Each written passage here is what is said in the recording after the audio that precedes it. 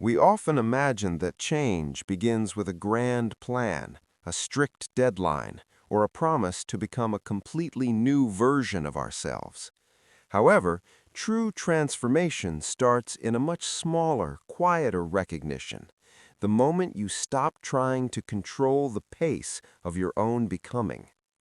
There is something ancient in the human mind that resists forced transformation, not out of a lack of desire to evolve, but because the mind equates change with danger.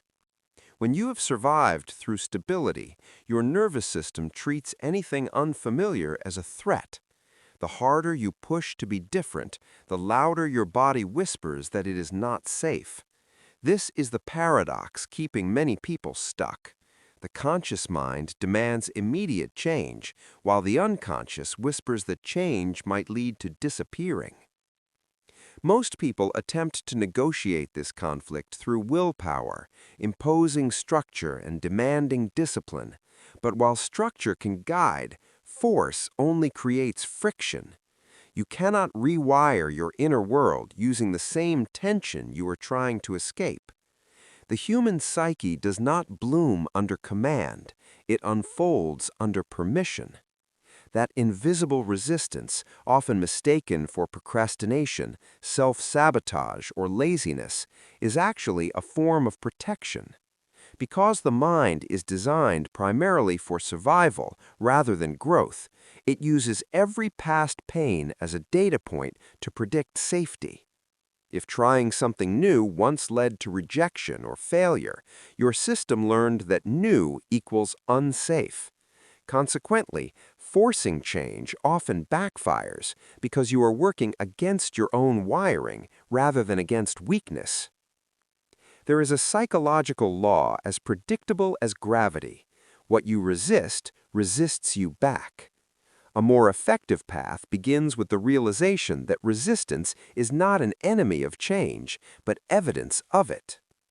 When you move beyond your current self, your nervous system awakens like a guard dog sensing movement outside the gate. The barking is an alarm, not the threat itself. And transformation begins when you stop trying to silence that alarm and start listening to its warning. Every form of resistance carries a story. Procrastination may say you aren't ready, self-criticism may reveal a fear of being seen, and over-control may signal a history of being hurt when trusting others. Once you decode these messages, the resistance softens because it no longer needs to scream to be heard.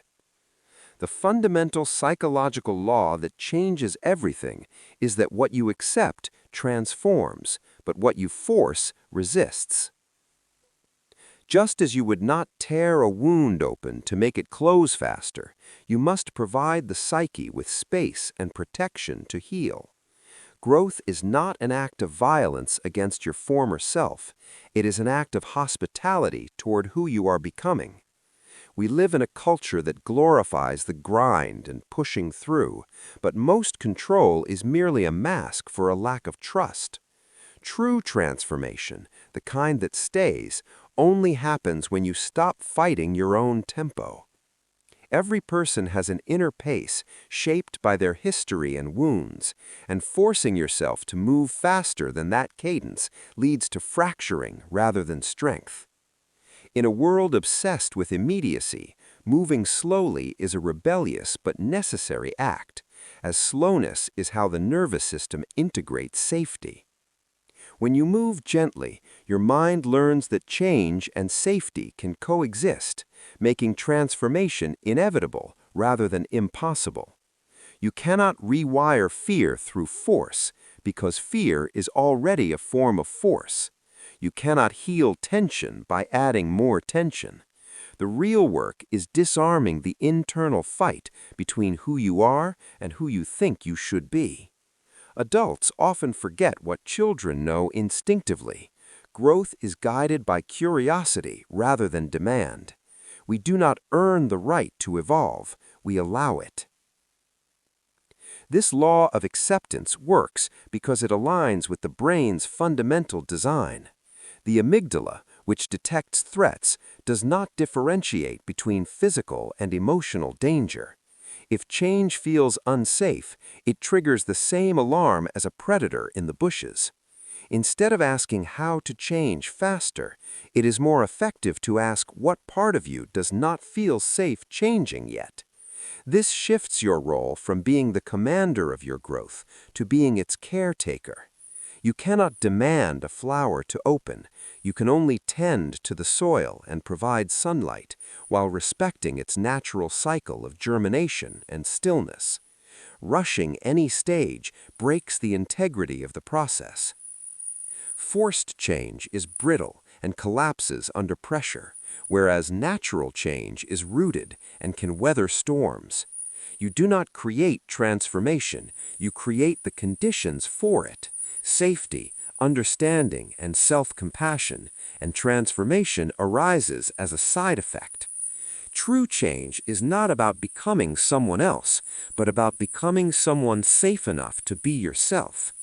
Beneath this law lies the mechanism of identity, the invisible contract between who you were and who you believe you must remain to stay loved.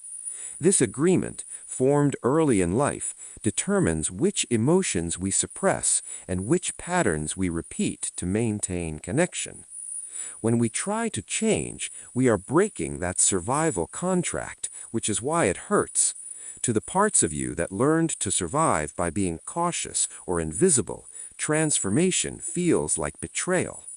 Your identity is an intelligent armor that kept you alive when softness was unsafe, and you cannot evolve by exiling that old self.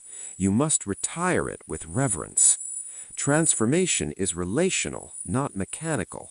It requires building a relationship with the parts of you that resist and approaching them as exiled protectors.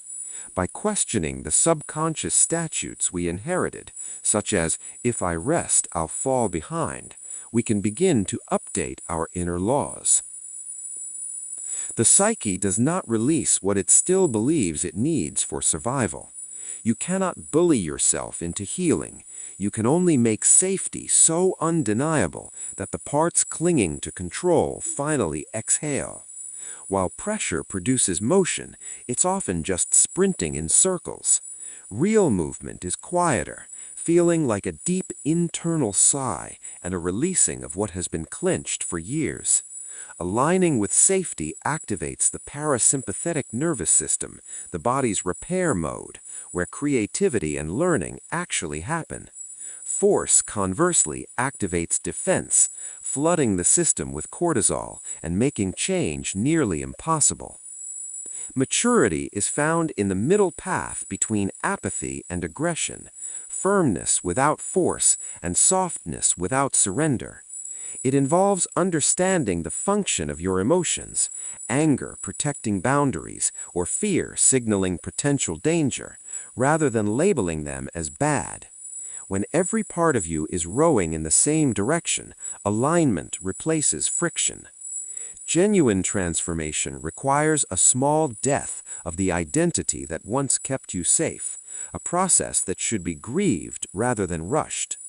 When you stop managing your own becoming and start listening to the quiet intelligence underneath the noise, you finally move at the speed of trust.